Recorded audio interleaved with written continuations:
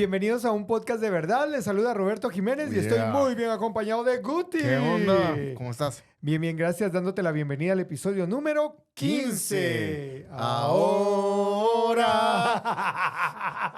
Sí. Buenísimo. Acabamos de delatar cuántos años tenemos, más o menos.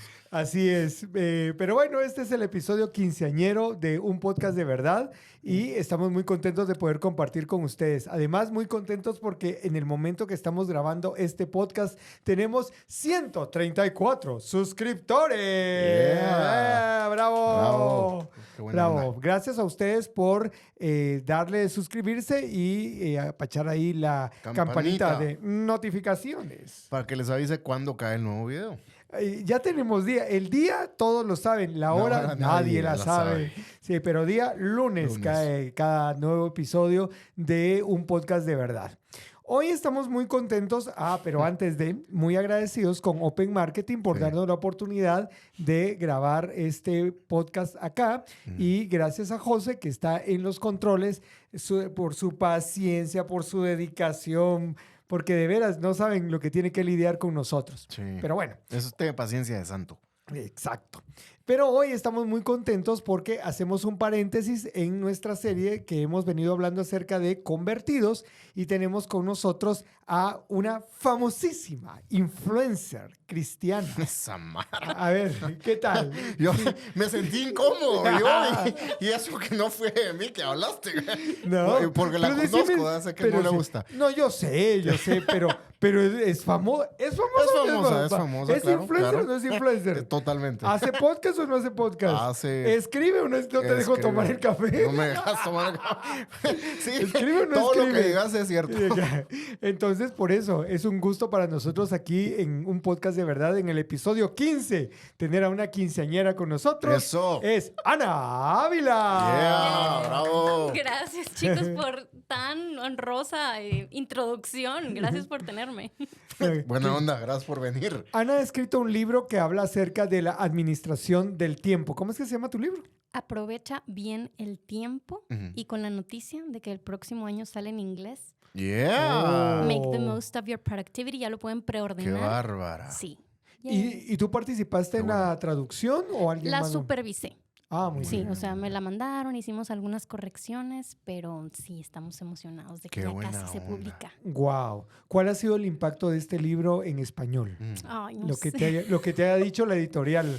Porque obviamente para decirte que va en inglés es porque algo pasó en español. Sí. Pues gracias a Dios, la verdad es que no tengo así como que números exactos ni nada, pero por las reseñas que tenemos ahí en Amazon, Goodreads, nos ha ido bastante bien, gracias a Dios. Y pues siempre estoy por aquí, por allá recibiendo mensajitos de gente que lo leyó y que le ha servido bastante. Entonces es muy bonito poder ayudar a las personas a concebir la productividad de manera diferente. Buenísimo. Es buena noticia eso. Sí. Me gusta mucho. Hace unos episodios estábamos hablando de que casi no se produce material, bueno, ahora más, nativo en español. Pero esto ya está re bien porque ya estamos volteando la tortilla, ¿viste? O sea, ya no solo tradujimos de inglés a español, sino que se está traduciendo de español a inglés. Lo cual es muy bueno. Sí. Y qué bueno. Te felicito. Gracias. Así que está con nosotros Ana. Nosotros estamos muy contentos y orgullosos de ir a la misma iglesia de Ana, ¿verdad? Sí. Sí. La iglesia de Ana. O sea, oí lo que ver, dijo. Ok, regreso. La iglesia de Ana. La iglesia donde también asiste Ana. Sí. Ahí Somos está. hermanos de iglesia local. Ajá. Sí. Ahí me conocen todas mis mañas también, o sea, lo que está Bueno, detrás vamos de a empezar. Vamos a empezar entonces. Ay, no es cierto. Hablemos de otra cosa. Sí. Bueno, No Ana, era un episodio de confesión hoy. Sí, confesiones. este, por cierto, es un episodio de Todos Somos Teólogos Extra. Este es el bonus track. Sí. Porque Ana no es teóloga de profesión, No. de academia. Eres química bióloga, ¿verdad? Así es, eso estudié en la Universidad Químico Biólogo Clínico. Madres. Wow. ¿Y ejerciste en algún momento? No. ¿No? En la universidad me di cuenta de que me resultaba sumamente interesante la carrera a nivel intelectual. La teoría. La teoría, exacto. Y pero que la sangre le daba... Sí, o sea, no Tal me vez no la veía. sangre, pero tengo mis ideas. La sangre es lo de menos. Ok. Todos los que han estudiado ciencias químico-biológicas lo saben. La sangre es lo de menos. Pero cuando estaba en la universidad me di cuenta de que lo que quería hacer era escribir acerca de lo que aprendía, entre ellas las ciencias, pero nunca llegué a ejercer como tal. Recuerdo que después de salir de la U tuve así como un momento de disyuntiva en la que me ofrecieron 2 trabajos al mismo tiempo, uno en un laboratorio de microbiología y otro en una empresa de redes sociales. Madre, sí te fuiste a la de redes sociales. Sí, porque yo dije, quiero escribir, entonces es un paso pequeño en esa dirección, supongo. Entonces yo creo que por fe me aventé y gracias a Dios, pues aquí estamos. Todo salió bien, gracias a Dios. Qué bueno. ¿Y cómo empezaste a conectar el deseo de escribir con tu fe? Bueno, yo creo que es natural que cuando escribas de las cosas que están más cerca de tu corazón, de lo que más amas. Y bueno, la fe es la cosa más central de mi vida. Entonces, yo empecé por la lectura, porque leía libros acerca de mi fe, aprendía acerca de doctrina y yo quería compartirlo con otras personas y no tenía con quién porque en mi alrededor no había mucha gente que le gustara la lectura, entonces más que Uriel, mi esposo Uriel, siempre compartimos eso, pero él me dijo, ¿por qué no escribes algo en un blog así? Y empecé a escribir un blog y así poco a poco fui publicando acerca de esos temas. Súper interesante. Y empezaste, porque sí tienes como 15 años. No es cierto. 15 por 2 más 1. Ahí está. Pero empezaste bien chavita entonces. O sea, saliendo de la U que 24 años. Sí, yo escribo, o sea, lo primero que me acuerdo que publiqué fue a los 15 años. ¿Ves? 15, 16. Hola, querido diario. Conocí a un joven llamado Uriel. Bueno, conocí a alguien llamado Uriel. No entremos en que joven o algo. Sí, no hablemos de eso. Estaba en el boletín de los jóvenes de la iglesia. De hecho, Uriel era el Saludos a Uriel. editor. Te queremos mucho, Uriel. Mi esposo era el editor. En ese entonces, mi amigo era el editor. Y como que estaba buscando quién publicara cositas, reflexiones de la Biblia y así. Entonces, me acuerdo que mandé 2 artículos y uno me lo publicó y el otro me dijo, ¿estabas enojada cuando escribiste eso? Y sí, estaba enojada. Qué barbaridad. Pero así empecé en el boletín de jóvenes de la iglesia y luego empecé a hacer un blog por aquí y por allá. Pero sí, ya más formalmente como en la U saliendo a los 22, 23. Cuando yo he tenido la oportunidad de entrevistar escritores y hay alguna manera en la que uno conecta y dice, bueno, si él es escritor, entonces es un buen lector. Y eventualmente me he topado con casos donde, ¿y te gusta leer? ¿Y qué libros estás leyendo? No soy un buen lector. Yo digo, ¿y cómo le hacen? Sí. Pero como ya escucharon, Ana sí tiene ese buen hábito de la lectura. Cuéntame cómo empezaste y desarrollaste ese gusto por la lectura. Yo tuve la fortuna de crecer en una casa llena de libros. Mis papás aman la lectura, particularmente mi papá, pero los dos siempre han sido muy buenos lectores. Mi papá comparte mi misma obsesión y hasta la fecha una de nuestras maneras más lindas de como hacer bonding y pasar tiempo juntos es o en una librería o leyendo juntos, aunque cada quien está leyendo lo suyo. Entonces, siempre crecí con ese ejemplo de un padre que estaba sumergido en la lectura, que le gustaba aprender, que siempre me hablaba más arribita de mi nivel. Nunca me subestimó, nunca me trataba así que, ay, mijita, sino que siempre me impulsaba a tratar de comprender cosas cada vez más complejas. Y bueno, siempre me motivaron a leer y a aprender. Y desde chiquita, desde que tengo memoria, tenía un amor por los libros que fue creciendo cada vez más. Entonces, no recuerdo un momento de no estar leyendo. Cada historia es diferente. Por ejemplo, tengo una de mis hermanas, somos 3. Yo soy la mayor y la menor siempre como crecimos con la lectura, mi hermana de en medio como que no mucho, pero ella después cuenta que en su adultez encontró un libro en particular que despertó su pasión por la lectura y ahora es una súper lectora igual que nosotras. Entonces cada quien tiene su historia, pero en el caso mío sí fue desde muy pequeñita. Los libros para mí eran como abrir puertas a mundos nuevos y no recuerdo que no me gustara nunca. No, dale. Ahora que te tengo la parte, dale, Guti. Qué interesante y me llama la atención lo que decís. No es una fórmula infalible, o sea, que si te ven con un libro toda la vida van a ser lectores, o sea, pero es un muy buen primer paso, o sea, definitivamente. Sí influenció en vos y en tu hermana menor, según decís. Y yo lo he notado con mis hijos, porque tengo 2 varones, uno de casi 5 y uno de casi 12, y desde chiquitos, o sea, hemos tratado de inculcarle ese hábito y yo, toda mi casa rodeada de libros, todos los días se les lee en voz alta. Y al principio, particularmente con el pequeño que es más expresivo, era así como que yo llegaba con mi libro y él, te vas a leer a ti, ¿verdad? En tu mente, como que no me leas, por favor. Y yo así como que, ok, respira, es solo un momento. Y como que, ok, tratar de pintárselas como algo divertido. Sí. Y ahorita, ya como 2 años después de esos comentarios, él solito agarra sus libros y, mamá, me traes mi libro, y lo agarra, y mamá, ¿me puedes leer? Léeme otro. Entonces, sí, es poco a poco a través de estar viendo, modelando y experimentando la lectura, porque pues al principio se frustraba quizá porque no podía entender tanto como ahora y así, pero conforme van creciendo, pues he visto cómo crece también ese amor por los libros. Cuando eras niña, ¿qué libro fue el que te cautivó a ti? Yo siempre recuerdo de niña La historia interminable de Michael Ende, que creo que la película es La historia sin fin. Sí, La historia sin fin. Sí. Que de hecho es solo un fragmento del libro completo. La historia interminable es un libro así. Y recuerdo que, porque a mí no me dejaban leer otras cosas que los de mi generación leían. Entonces, ese libro me acuerdo que lo leí una y otra vez. Guti, ¿tu libro que te cautivó? ¿De niño? ¿De niño o cuando ya empezaste a agarrar la onda para la lectura? Había una editorial española que se llamaba El Barco de Vapor. Oh, sí, cómo no. Y tenían el Pampinoplas. Me suena. Ese como me gustó. El Pampinoplas era bueno. Era un personaje ahí que era un anciano o algo así, un viaje. A lo lejos me acuerdo, pues me cautivó y creo que ahí empezó esa onda de la lectura. No iba a decir El Principito porque ese es el que todo el mundo te va a decir. Claro. Yo no entiendo. Yo lo he leído ya de adulta, de joven, no me acuerdo haberlo leído y yo digo, ¿por qué?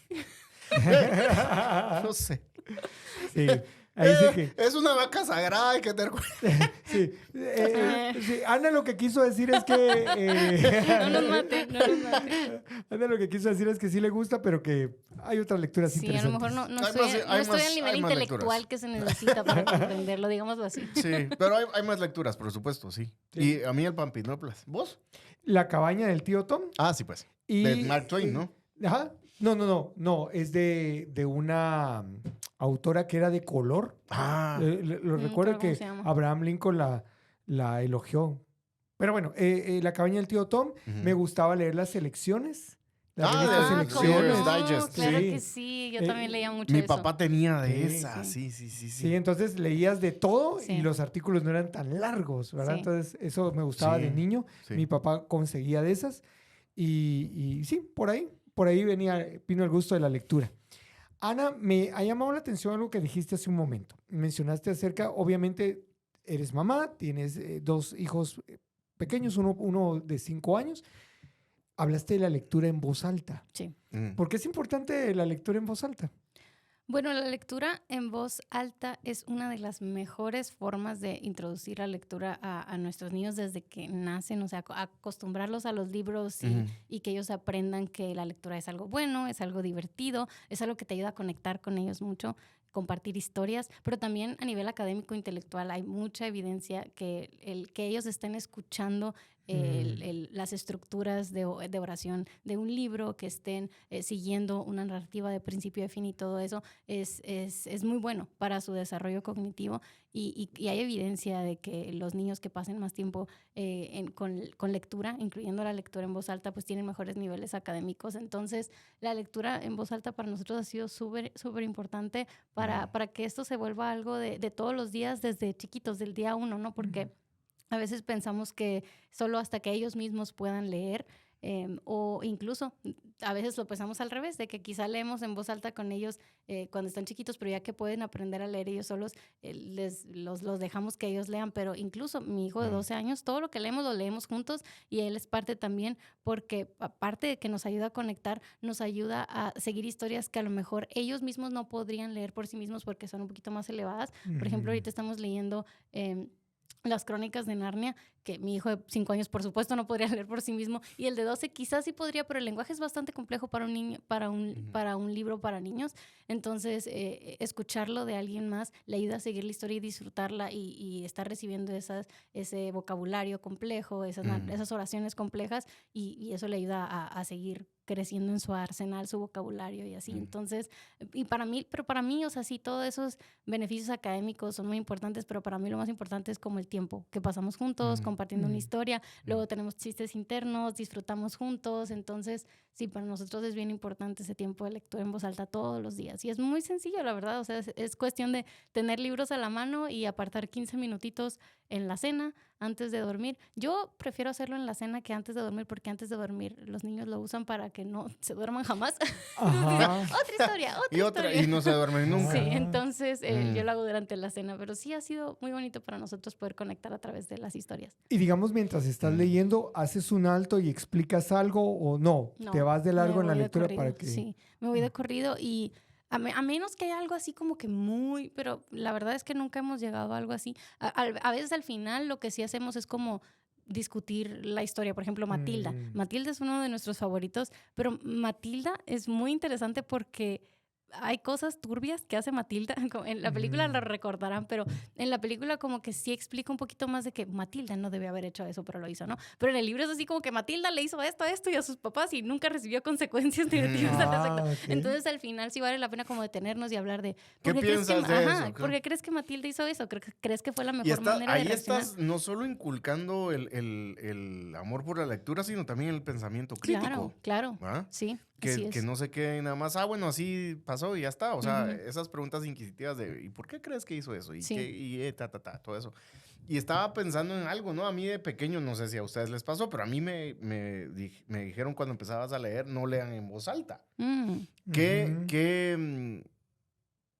no sé, han cambiado los métodos de enseñanza desde hace 40 años, obviamente, ¿no? Pero a mí sí me recuerdo, y ahorita que decías, ya me iba a poner a llorar, porque a mí me decían no lea en voz alta, cuando realmente sí. Yo creo que era para que uno que no vocalice cuando está a la hora de estar leyendo, eso te alentiza mucho. Entonces, en los cursos de lectura rápida te dicen de que tienes que eliminar como este hábito esa voz interna. de tratar de leerlo todo porque es mucho más lento. Ahora, yo no sé, yo depende de para qué quieras, o sea, qué quieras lograr. Claro. ¿Quieres leer muy rápido? Pues sí, entonces trata de eliminar esa vocalización. Pero a mucha gente le ayuda para concentrarse, o sea, hay textos muy complejos que tienes que ir más despacio. Y memorizar, bueno, o sea, no memorizar en el sentido de memorizar, pero sí captar ideas, o sea, más si lo lees en voz alta y si vas haciendo notas o qué sé yo, vas interiorizando más la información que estás recibiendo. Sí, procesas más, es como obligarte a detenerte para procesar con más cuidado. Y también yo lo he visto en niños que van tan rápido cuando no lo leen en voz alta que ni entienden o que se comen partes y así. Entonces, al leer en voz alta ejercitas esta habilidad de ir palabra por palabra y obviamente ya cuando vas practicando, pues eso se vuelve más natural y ya.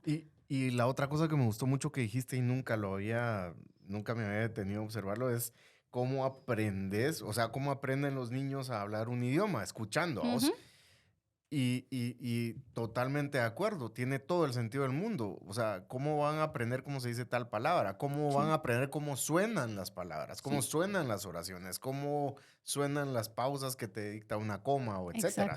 Exacto. Porque cuando hablamos así normal, coloquialmente, no hablamos con la finez gramatical. No, por supuesto. Entonces, ni siquiera en la televisión, las series o las caricaturas, no encuentras la complejidad del lenguaje que encuentras en un libro. Entonces, por eso es importante aprovechar la riqueza de las historias para transmitir el lenguaje de manera adecuada. Super. Interesantísimo lo que estamos conociendo y aprendiendo con Ana Ávila, nuestra invitada de hoy en este podcast de verdad. Y nos estamos enfocando en el tema de la lectura, porque hemos en otros episodios compartido con ustedes alguna de estas ideas, por ejemplo, del analfabetismo funcional. El analfabetismo funcional es cuando tú sabes leer y escribir, pero no lo utilizas, no lo practicas, no practicas escribir, no practicas leer. Y lo queremos conectar a la palabra de Dios, que es lo más importante para nuestra vida. La lectura más importante es la lectura de la Biblia. Claro. Y aquí vamos a regresar a un básico. Ana, cuando nosotros pensamos este podcast, lo pensamos en personas que están empezando su caminar en la fe o personas que están considerando el cristianismo como un estilo de vida o una cosmovisión para seguir. Entonces, pensando en ellos, a mí me gustaría que nos dieras el concepto que tú has aprendido a lo largo del tiempo relacionado con la Biblia. Porque muchas personas, obviamente, damos gracias a Dios que en un solo volumen nos entregan estos libros, pero ahí hay un concepto que vale la pena recordarle a nuestros amigos. Sí, yo recuerdo, bueno, yo crecí en una iglesia, entonces crecí muy de cerca el concepto de la Biblia, la lectura de la Biblia es muy importante, típica niña de escuelita dominical que se memorizaba los versículos, que se sabía todas las respuestas de la trivia, pero para mí por muchos años la Biblia fue simplemente un montón de información que yo tenía que memorizar acerca de Dios, era como datos. Ya conforme fui creciendo y después de un tiempo de estar lejos de la iglesia regresé, bueno, dije, ok, ya me quiero comprometer con mi fe y quiero aprender más sobre Dios y quiero crecer en el conocimiento de la Biblia más allá de como lo intelectual. Y veía que todo el mundo decía que tienes que tener un devocional todos los días, tienes que leer tu Biblia y así. Pero nadie me dijo cómo. O sea, nomás me dijeron así como que yo veía a la gente con sus Biblias y sus cuadernitos llenos de nota y subrayados y corazoncitos y así. Y yo decía, pero ¿cómo se hace esto en devocional? Y me daba mucha vergüenza preguntar porque yo decía, yo debería saber esto. O sea, yo crecí en una iglesia y luego, pues, no, o sea, no sé, me daba vergüenza. Y bueno, Dios en su misericordia, y después de años de como de estar perdida, pues me fue dando amor por su palabra. Yo creo que eso fue lo primero que cambió para mí, que la Biblia pasó de ser esta fuente de información meramente intelectual a ser la revelación del Dios viviente que me ama y que entregó a su Hijo por mí y que quiere darse a conocer, quiere enseñarme quién Él es, quién yo soy y qué es lo que Él hizo por mí, qué es lo que Él pide de mí. Entonces, hacer ese cambio fue muy importante, de darme cuenta de que sí, la Biblia es importante, de ir a ella, pero es como un poco como la comida. Sí es algo que necesitamos, pero es algo en lo que nos deleitamos, ¿no? O sea, la gente que dice, ay, qué flojera comer o qué pereza, es gente que vive así como en un mundo de alejado de los placeres buenos de la vida porque está en un mundo así de quiero correr, quiero hacer más, pero todos sabemos que la comida es como algo que se disfruta, es para disfrutarse, claro. Pero también sabemos que la comida si no la comemos nos morimos, ¿verdad? Totalmente. Entonces la palabra de Dios es algo así, es algo que necesita nuestra alma, pero que debemos disfrutar, que no debemos llegar a ella como una obligación, ¿verdad? Entonces yo creo que empezar por ahí, cambiar nuestra manera de ver la Biblia, no así como que, ay, voy a entrar para memorizar un montón de cosas o porque lo tengo que hacer, porque veo que todo el mundo lo está haciendo, sino porque Dios se reveló. O sea, eso es, Dios se reveló, Dios quiere darse a conocer. Eso a mí me vuela la cabeza cada vez que me detengo y lo pienso, porque ahorita estoy yendo lentamente a través de los Salmos y habla tanto acerca de Dios dando su oído a nuestro clamor, Dios amándonos, Dios cuidándonos. Y yo digo, si yo fuera Dios, la verdad, yo dije, esta gente, ¿qué me importa? Pero Dios le importa, Dios nos ama, Dios se ha dado a conocer. Entonces, qué deleite poder ir a su palabra y precisamente conocerlo. Qué fuerte. Cuando vamos a la palabra de Dios, encontramos esta colección de 66 libros. Pienso que es un concepto que muchas personas, a mí me preocupa cuando alguien viene y dice, yo ya leí la Biblia y no entendí nada.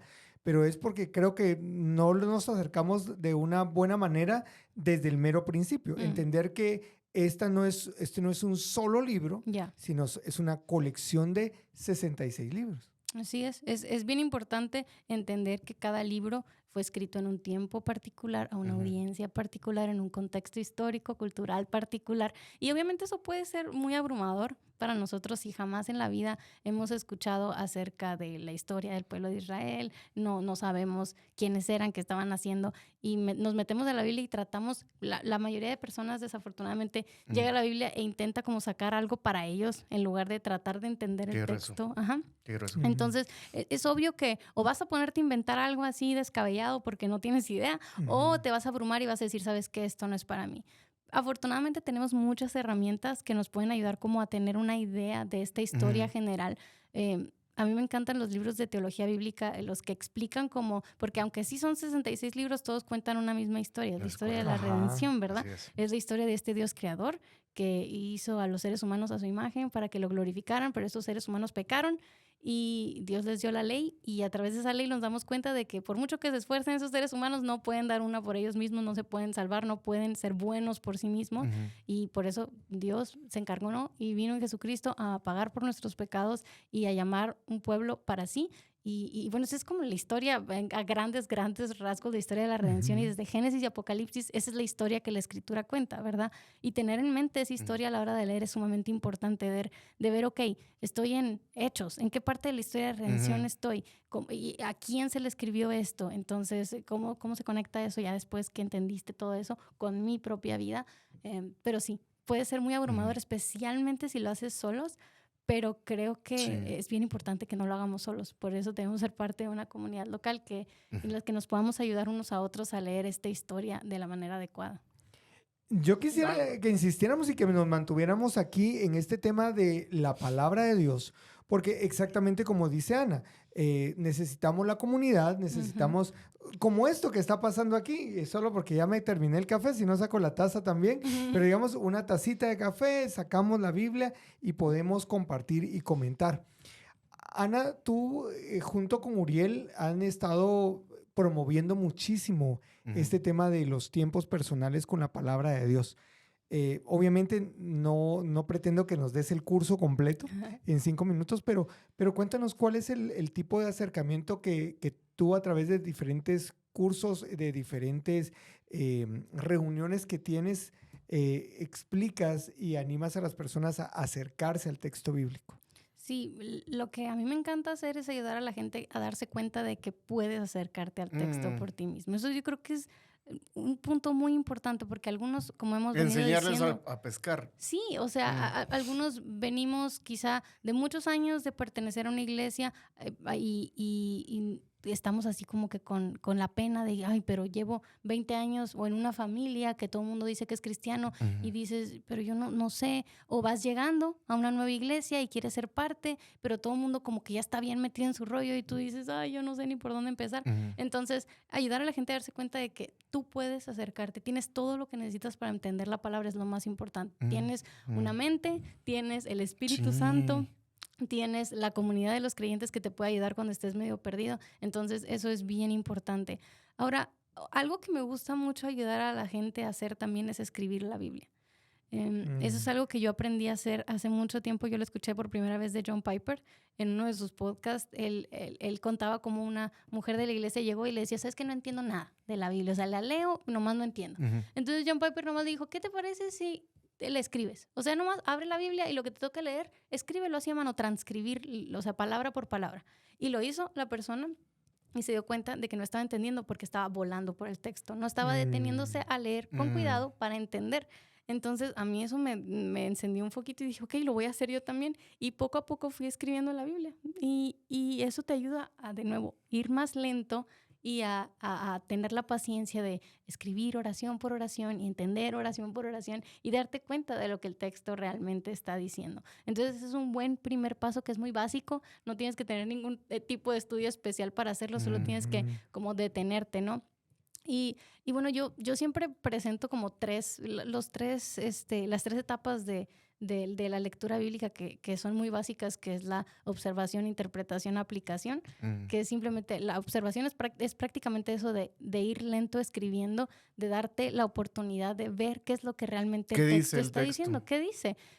Y yo, por ejemplo, en un grupo de estudio que teníamos en casa hace unas semanas, yo lo único que les decía a las chicas es, ¿sabes qué? Vamos a escribir 20 minutos todas las observaciones que podemos hacer del texto. Pero no es nada de que, ay, voy a ver qué significa o qué implicación. No, así como que Pablo le escribió a Timoteo. Esa es una observación. O sea, no tienes que decir nada. O sea, Pablo estaba en esta ciudad. Pablo estaba preocupado. Pablo estaba preocupado por esta razón. Entonces, simplemente es como abrir los ojos y poco a poquito ir dándote cuenta de qué está diciendo el texto. Y ya después está la interpretación. Y la manera en que me gusta ayudar a la gente a interpretar es simplemente decir, ok, ya hicimos todas las observaciones, ya más o menos tenemos claro qué es lo que está diciendo el texto. Ahora, sin transcribir, sin copiar, con tus palabras, ¿cómo se lo explicarías a alguien que nunca ha leído este capítulo de la Biblia? ¿Cómo le explicarías este capítulo? Ah, no, pues es que Pablo estaba en la cárcel y estaba preocupado por esto. Y, o sea, con tus propias palabras. Eso es interpretar, es simplemente qué significa lo que dice el texto con tus propias palabras. Y ahora sí, aplicación. Ahora ya que entendimos qué dice el texto, qué significa eso, ahora sí, ¿qué principios puedo yo sacar de este pasaje que puedo aplicar a mi vida, de que no sé, Pablo estaba en la cárcel, pero estaba muy contento, entonces, pues de gozarnos en el Señor en medio del sufrimiento. Entonces yo estoy ahorita sufriendo porque no tengo dinero, entonces voy a cantar alabanzas al Señor todas las mañanas porque Él es digno a pesar de que estoy en dificultades. Es una aplicación de algo que interpreté que había observado previamente. Entonces son como 3 pasos muy sencillos que podemos seguir para leer la Biblia por nosotros mismos y hacerlo de manera responsable, no andando inventando cosas. Y no nos pusimos de acuerdo porque aquí en este podcast decimos de interpretar la Biblia de manera respetuosa y de manera responsable. Gracias. Buenísimo. Sí, me gustó mucho y me gustaría detenerme en lo que dijiste hace un ratito. Leer la Biblia y acercarte a la Biblia no es algo exclusivo y es una idea que hay que desmitificar. No es algo exclusivo de los eruditos. Sí. Porque por mucho tiempo, bueno, en ciertos movimientos, pero se tenía esa idea, ¿no? De tenés que ser cierta especie de académico erudito y entonces solo entonces puedes.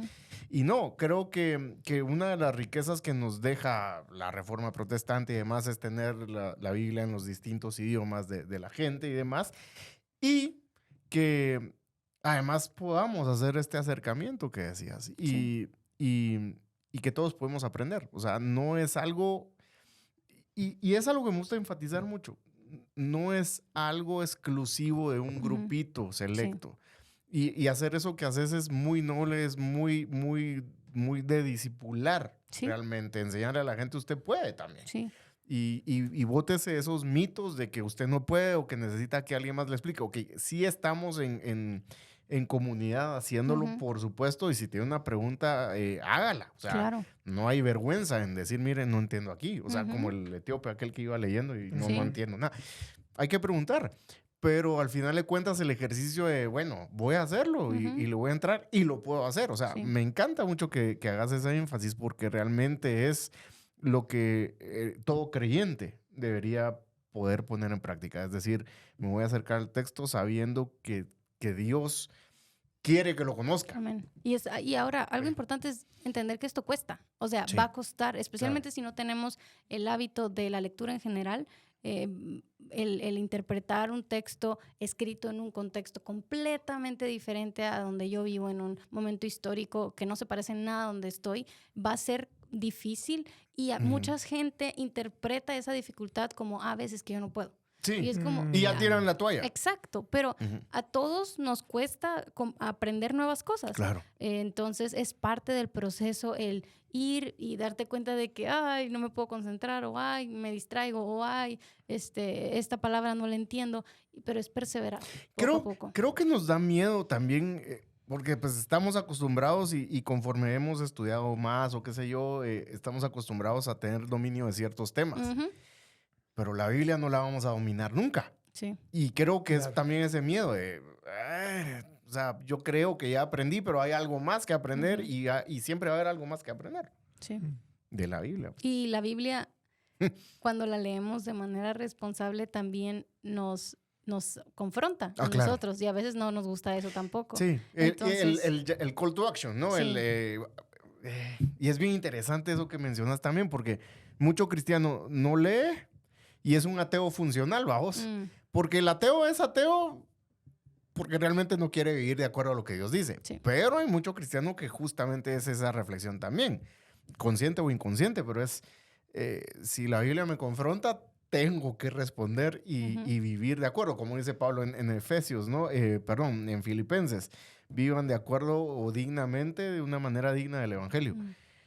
Y es lo que muchos cristianos no, tropiezan, ¿no? O tropezamos, pues.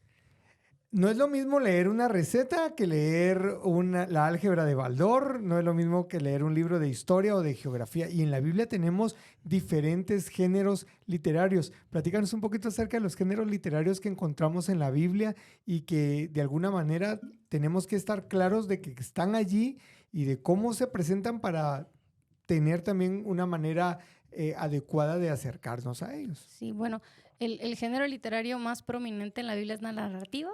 La mayoría de la Biblia está escrita en forma de historias, nos están contando qué pasó. Y yo creo que aquí la clave en la narrativa es recordar que el que algo se describa no significa que sea una prescripción. O sea, que el texto nos esté contando que algo sucedió no significa que así tiene que suceder. Por ejemplo, muchas de las personas dicen, pero es que Abraham tenía muchas esposas, o David, o Salomón, y eran hombres que Dios usó y así. Ok, que Dios te esté contando que esto sucedió en la historia no significa que está diciendo así es como tienen que ser las cosas. Tenemos muchos pasajes prescriptivos que hablan acerca de cómo sí debe ser el matrimonio, que claramente dicen esto que sucedió no es lo que debió haber sucedido. Entonces, eso es muy importante en la narrativa, ¿no? Porque a veces nos gusta encontrar héroes y villanos y decir tenemos que ser como estos y así. Y también recordar que al final de cuentas estas narrativas apuntan a una narrativa más grande también. En el tema de la narrativa, la tentación más grande a veces es leer como si estuviéramos buscando la moraleja del cuento, que es como quién tengo que ser y cómo me tengo que portar. Yo quiero ser como David, como José. Y claro que hay ejemplos de personas en la Biblia que podemos imitar su piedad y evitar su pecado. Pero ese no es el propósito principal. La historia de la Biblia, de nuevo hablamos antes, que es la historia que nos apunta a Jesús y cómo Él es el único que nos puede salvar y quien es el verdadero José, es el verdadero. Bueno, eso podemos hablar de otro tema también, de cómo todos estos personajes apuntan a quién ha de venir, ¿verdad? Entonces debemos quedarnos de esas tentaciones a la hora de leer narrativa, de interpretar todo como que, pues si así pasó, es que así tiene que pasar ahora. O andar buscando ejemplos morales y esforzarnos mucho por ser el bueno de la película en lugar de reconocer, ¿sabes qué? Por mucho que me esfuerce no puedo ser el bueno de la película, necesito a Cristo. Otro género muy prominente es la poesía. Los salmos están llenos de poemas que nos hablan acerca de Dios, de su carácter, de nosotros, nuestro pecado. Y bueno, son hermosos de leer y de expresar. A mí me encantan los salmos. Ahorita, como les decía, yo estoy yendo a través del libro de los salmos y ver toda la gama de emociones que se expresan ahí. Es maravilloso saber que a Dios le podemos venir así como estamos, con todas nuestras emociones y expresarnos tal como somos. Es maravilloso. También tenemos los proverbios, los libros de la literatura de sabiduría que está escrita en proverbios, muy bueno y difícil de interpretar. Yo diría que es uno de los géneros literarios quizá más difíciles de interpretar, porque mucha gente lee los proverbios como si fueran promesas, como si fueran esto es lo que va a pasar. Sí, entonces ve. Cuando una misma lectura del libro de Proverbios nos va a dar cuenta de que eso no puede ser así, porque hay proverbios que cuando dice el proverbio que responde al necio y el siguiente proverbio no lo responda. Déjalo con su necesidad. Exacto. Entonces los proverbios son mucho de sabiduría para la vida, de cómo debemos vivir, cómo funciona la vida en términos generales. No es que siempre va a ser así, entonces es mucho cuidado tenemos que tener con los proverbios, aunque es uno de mis libros favoritos en el tema de la sabiduría. Luego en el Nuevo Testamento tenemos las parábolas de Jesús, es otro tipo de literatura también que es muy buena. Yo creo que las parábolas, hay mucho que se puede decir acerca de eso, pero una de las cosas más importantes creo que hay que recordar que las parábolas no son alegorías. Las parábolas son historias que nos ayudan a compartir una idea específica, ¿no? Entonces, con la parábola del sembrador, por ejemplo, ¿qué es lo que Jesús está queriendo decir ahí? Ahora, una alegoría es cuando, por ejemplo, en las Crónicas de Narnia es una alegoría, o el progreso del peregrino es una alegoría, que cada elemento de la historia significa algo específico. Entonces, hay personas que agarran una parábola y dicen, y el sol significa esto, y las semillas significan, y los cuervos, sí. Entonces, y estamos añadiendo significados que pueden ser cosas que tienen que ver con la Biblia, pero estamos añadiendo significado al texto que no está ahí. Entonces, yo creo que al leer las parábolas, eso es uno de los temas más importantes. Y bueno, y después tenemos quizá las epístolas, que son discurso, que básicamente es un argumento lógico desarrollado a través de punto 1, punto 2, punto 3. Y bueno, eso es uno de mis géneros literarios favoritos porque soy más lógica. Dice, dime, ¿qué es lo que quieres decir? A, B, C, y vamos a estructurar el argumento.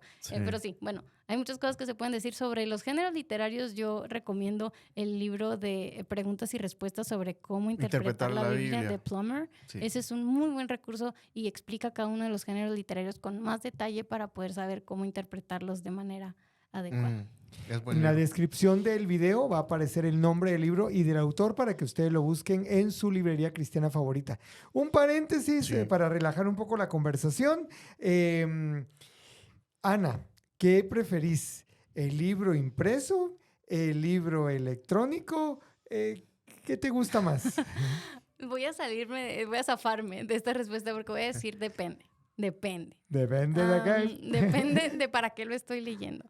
Si estoy leyendo algo para estudiar, así que como quiero tomar notas y quiero profundizar bien en el tema, 1000 veces físico, o sea, prefiero hacer notas encima del libro y así. Si estoy leyendo algo ligero, por ejemplo, una novela o un libro de vida cristiana, una memoria, algo así muy sencillo que quizá lo único que voy a hacer es subrayar por aquí, por allá unas cuantas veces, pero no quiero profundizar tanto, prefiero en Kindle porque me encanta la practicidad del aparatito.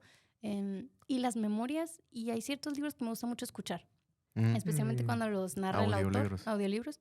Pero sí, ahora si tuviera que elegir uno para siempre, pues obviamente libros físicos, no hay competencia. Sí.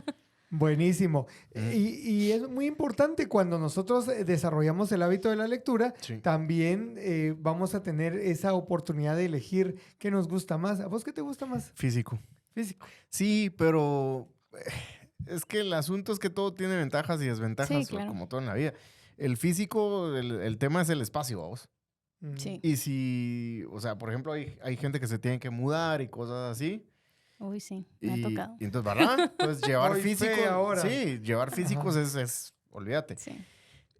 La practicidad de tenerlo en digital, en electrónico, pues eso está bueno. Pero igual, o sea, es que no sé vos y hay evidencia el olor, de que se retiene. Olor. Hay evidencia que se retiene mejor leyendo en físico. Sí. ¿Ah, sí? Entonces, si quieres estudiar algo profundamente, incluso si es un PDF de algo que puedas imprimir, es mejor que lo imprimas, porque leerlo en papel y manipularlo con tus manos ayuda a que haya mejor Hay atención. una interacción ahí, ¿no? Que no tenés con el aparatito. O sea, es práctico, por supuesto, y si vas de viaje, pues obviamente puedes llevar un montón de libros ahí en el aparatito, pero sí, no sé, el olor, vos. Sí, el olor. El olor y el tacto. Yo creo que cualquier persona que guste la lectura podrá identificarse cuando entras a una tienda de libros. O sea, ese olor, ya sabes, el olor al libro.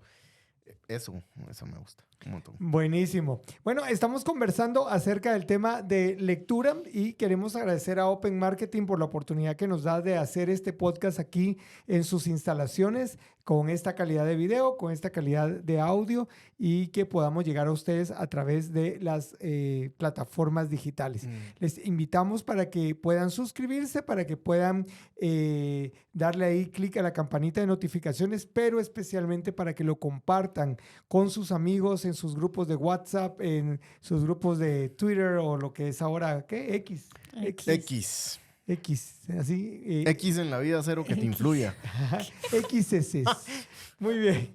Y bueno, en sus redes sociales compártanlo con sus amigos. La verdad es que todo este contenido lo hacemos claramente con un objetivo de poder agregar valor a tu vida y especialmente de brindarte estas herramientas para poder desarrollar estas habilidades que como hijos de Dios, como creyentes debemos tener. Y una de estas que siempre, como bien decíamos al inicio del episodio, bueno, Ana lo decía, nosotros los cristianos somos llamados a leer la palabra de Dios. Necesitamos la palabra de Dios. Pero qué bonito no solo necesitarla, sino disfrutar de la lectura. Y siendo Ana una lectora consumada, o sea, entonces por eso la tenemos hoy de invitada con nosotros. Hay una onda. Yo hoy sí voy a confesar. Soy re haragán para hacer ejercicio. ¿Vos? No me gusta hacer ejercicio. No, en serio. Si no lo decís, no nos damos cuenta.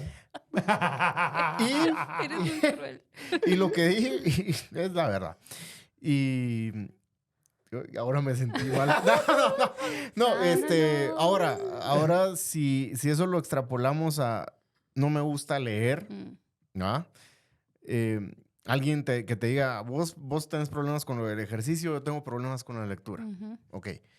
¿Qué consejos prácticos le podríamos dar a alguien que te diga, es que yo no te leo ni siquiera los chistes de las tiras dominicales? ¿Qué puedo hacer para empezar a desarrollar el hábito? ¿Cómo creo el hábito? Sí. Bueno, Lo primero que le diría es que ya hay cosas que a todos nos apasionan.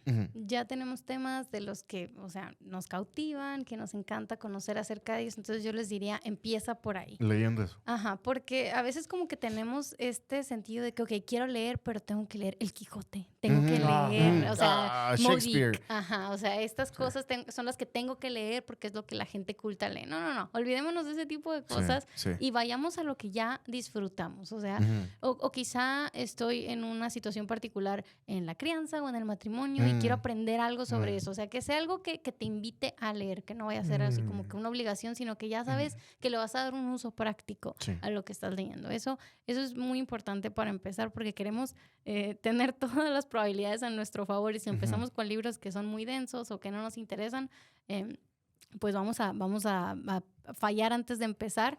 Y yo siempre pienso que la lectura es para todos, pero no todos los libros son para todos. Entonces tienes que encontrar el libro adecuado, como esta historia de mi hermana que yo les decía, que creció en una familia de lectores, pero no logró desarrollar ese hábito hasta que encontró un libro que la capturó y luego fue con otro y otro y otro. Entonces, si estás leyendo un libro y nomás sientes que no conecta contigo, deja ese libro y busca otra cosa. O sea, no sientas la obligación porque también hay personas Lo tengo que terminar. Hay personas que no pueden dejar libros empezados y eso no sé si es un trauma de los años de colegio o qué, pero aquí todos somos adultos, aquí nadie nos está obligando a leer nada, podemos soltar.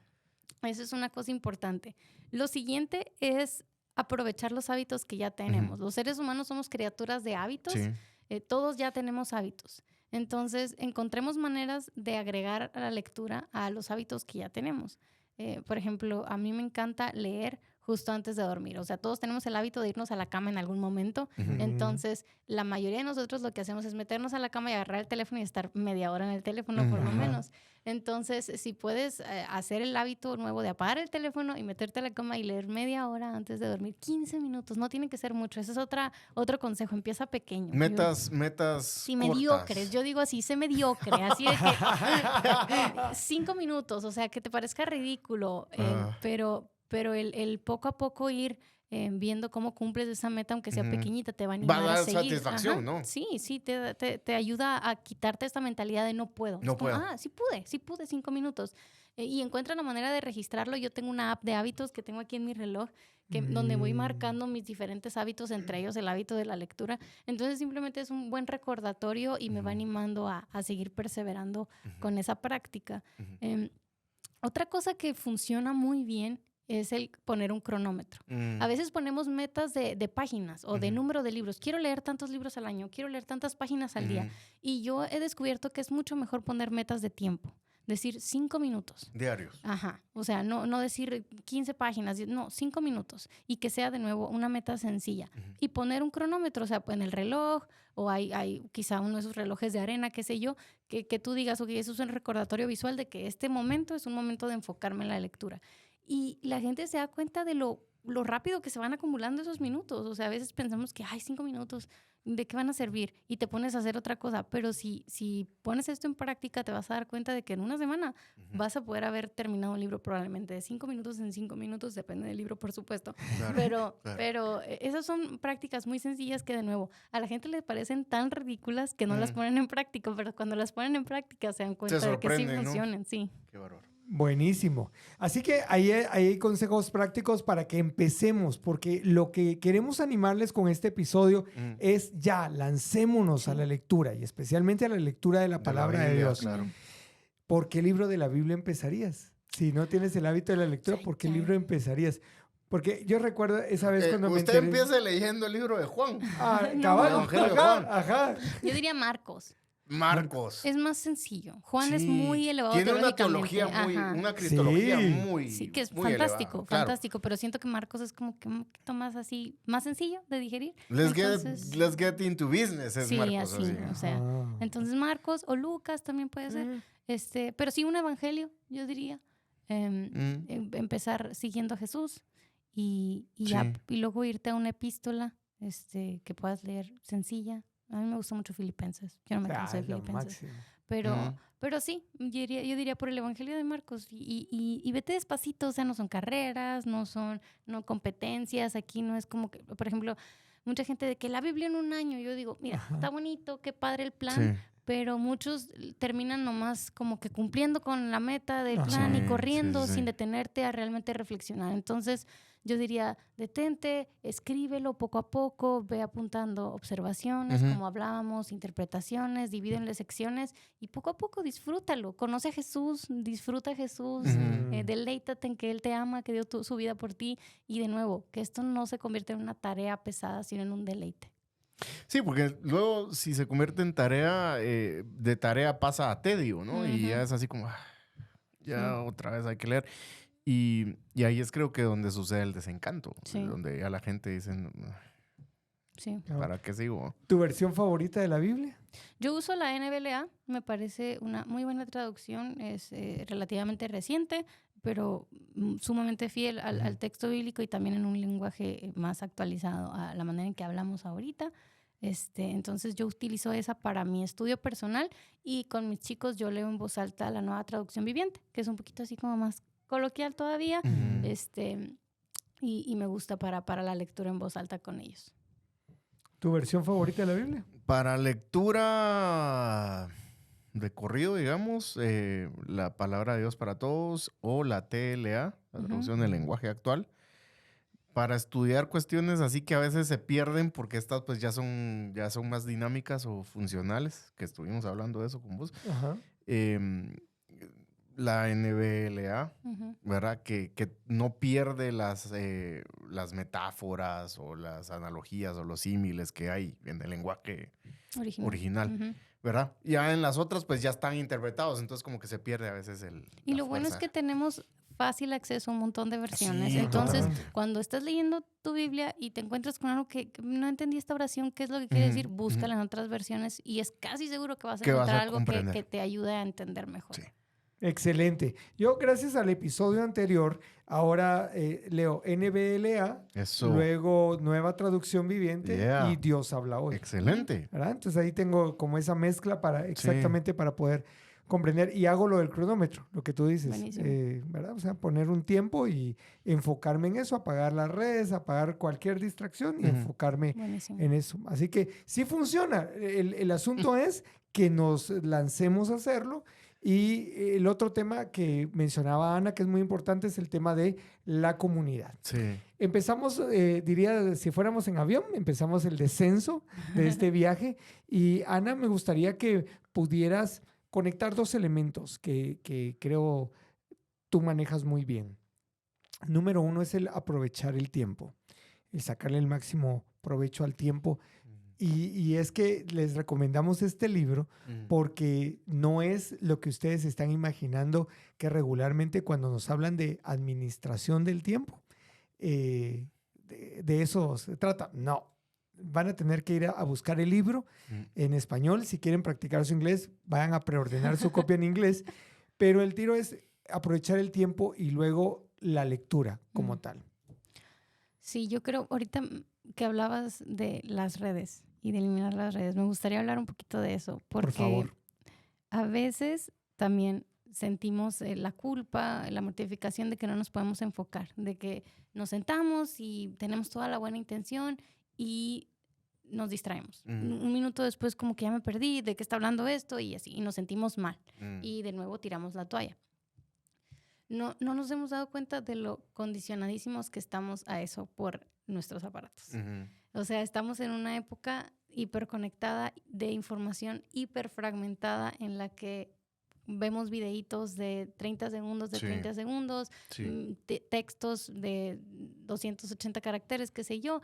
Y a eso nos hemos condicionado todos los días. Y ya hay estudios de que se ha perdido la retentiva. Sí, me imagino que sí. Sí. Entonces, no es raro que llegues a un texto que fue escrito hace miles de años y de nuevo en un contexto totalmente diferente, con un lenguaje al que quizás no estás acostumbrado, y llegas y tu mente empieza porque es como estás acostumbrada a darle estímulo constante de cosas nuevas, de cosas brillantes, entretenidas, y te quieres sentar a forzarte a concentrar en un texto largo por más tiempo, es obvio que va a costar. Entonces, Obviamente que sí, durante tu tiempo de estudio bíblico poder eliminar esas distracciones es importante, pero también en tu vida diaria. O sea, buscar la manera de no estar ejercitando tu mente para la distracción constante todo el tiempo, porque a la hora de sentarte a enfocarte te va a costar, porque tienes, o sea, de 24 horas, bueno, pon tu 18, quitando las que duermes, estás 30 minutos, 1 hora cuando te va bien, leyendo la Biblia o leyendo enfocado, y las otras 17 horas estás de aquí para allá nomás. Es normal que tu cerebro no pueda sostener esa hora de concentración. Entonces, yo animaría a cualquier estudiante serio de la Biblia, y yo creo que esto es para todos nosotros, que tenemos que moderar nuestro uso de estas distracciones que constantemente nos están llevando de un lado a otro, que debemos de acostumbrarnos a, en el hogar, en el trabajo, en el ministerio, hacer nuestras tareas de principio a fin enfocados, porque eso nos va a entrenar a no brincar de una cosa a otra, sino estar sosteniendo nuestra atención en una actividad. Entonces, yo creo que eso es importante. Es importante darnos cuenta de el entrenamiento que le estamos dando a nuestra mente y cómo eso nos estorba de poder enfocarnos en la palabra de Dios cuando es tiempo de hacerlo, porque no es raro, no debería sorprendernos que si la mayoría del tiempo estamos con información brincando de un lado a otro, que cuando nos queramos sentar a concentrarnos no tengamos la capacidad de hacerlo. No va a ser posible.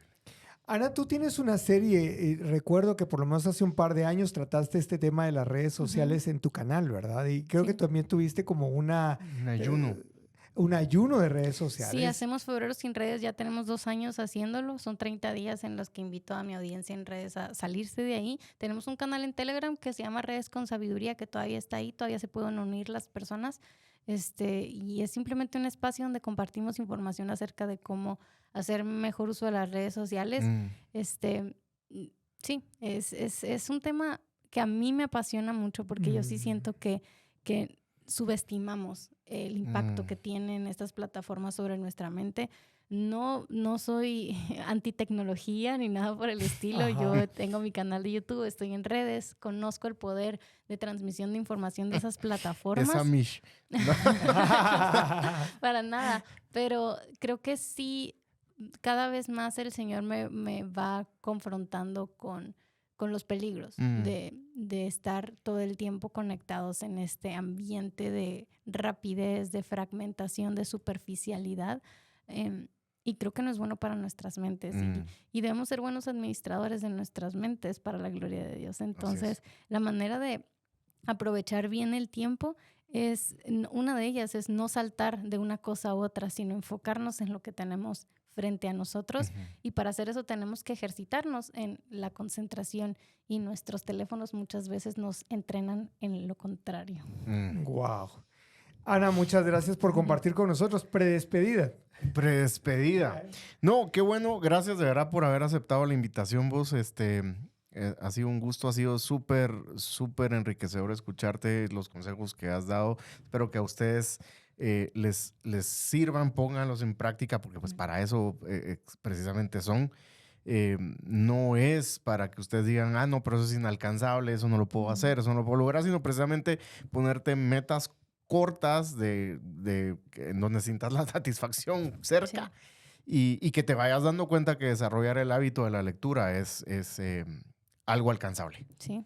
Podemos estudiar la palabra de Dios personalmente y la podemos estudiar en comunidad. Ambas cosas debemos hacer, pero es básico que nos lancemos ya a leer la palabra de Dios y a pasar tiempo con ella de poquito en poquito, creando ese hábito. Ana, eres un regalo para el cuerpo de Cristo, y qué bueno que nosotros podemos tenerte aquí hoy y pudimos conversar contigo acerca de este tema. Seguro que en el futuro, primero Dios, te podamos tener para tocar este tema en las redes sociales. Igual en la descripción de este video va a aparecer la dirección del canal de Ana, y voy a tratar de encontrar uno de estos episodios donde ella habla acerca de este tema específico de redes sociales, para que ustedes ya le den ahí, entren ahí y ya le den seguimiento a cómo ella ha venido tratando este tema. Gracias por tu tiempo y gracias por haber estado con nosotros. Mi privilegio. Muchas gracias por invitarme. Y antes de despedirnos, conoceremos y saludaremos al dedo meñique de Don José, nuestro operador. Ahí está. José, qué bárbaro. Ahí está. Gracias, José, por haber estado en los controles. Gracias a ustedes por haberse conectado. Guti, siempre es un gusto. Igual. Y nos esperamos en el próximo episodio de Un Podcast de Verdad.